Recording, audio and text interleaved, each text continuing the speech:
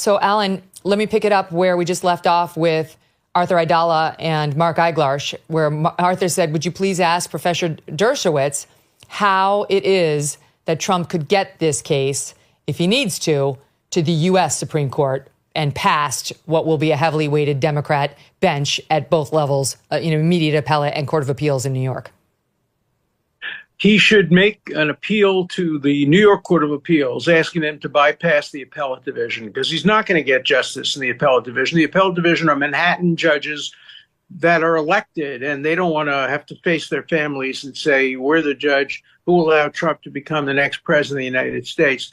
They don't want to be Dershowitz. They don't want to be treated in New York the way I have been treated in Martha's Vineyard and Harvard and New York, because I defended Donald Trump. So they should skip the appellate division, go to the New York Court of Appeals, ask for an expedited appeal. In the meantime, prepare for an expedited appeal in the United States Supreme Court and say that this was a rush to try to get this case a verdict, a conviction before election, and the Supreme Court of the United States has an obligation to review this case before the election so that the American public knows whether or not Donald Trump is guilty or not guilty of these made-up crimes. You know, this is worse than Stalin and Lavrentiy Beria. Lavrentiy Beria said to Stalin, show me the man and I'll find you the crime. Bragg tried to find the crime, but he couldn't because his predecessor couldn't find the crime. The U.S. attorney couldn't find the crime. The FEC couldn't find the crime. So he did worse than what happened in the Soviet Union. He made up a crime that didn't exist, and he charged a political opponent with it. This will create a terrible precedent for how local DAs will become involved in trying to influence not only local elections, but national elections as well. Oh, let me ask you a follow-up.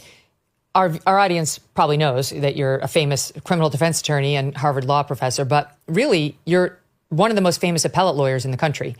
And that's where we are now. So if you had to consult with Team Trump on grounds for appeal, not the everything but the kitchen sink approach, which I know you take, but like your top three favorites in this case, what comes to mind?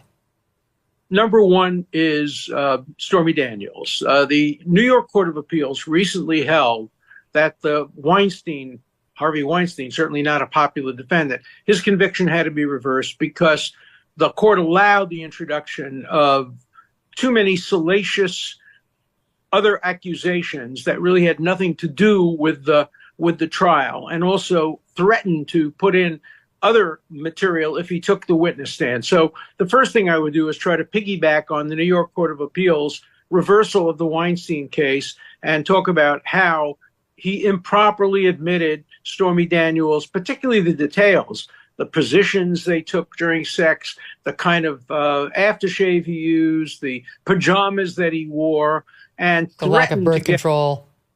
Yeah, even more, right, even more if he took the witness stand. That would be number one. Number two, I think, would be the failure to give an instruction on the missing witness. The way the judge and the prosecution handled Alan Weisselberg really denied the defendant the right to a presumption that the only reason he wasn't called was because he would not have corroborated the very important testimony, lying testimony, of Michael Cohen. So those would be the two things. I would also focus on change of venue and the fact that the crime was manufactured.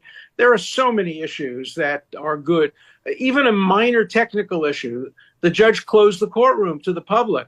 I was there. I was a witness. He didn't throw me out, but he threw out the media. And, you know, the Sixth Amendment doesn't say partially public trial. It says a completely public trial. So I would emphasize that as well, although it would be hard to show prejudice from that. But there are some. This is a winnable appeal. This is an appeal that a first-year law student could win if the defendant's name wasn't Donald Trump and it wasn't New York.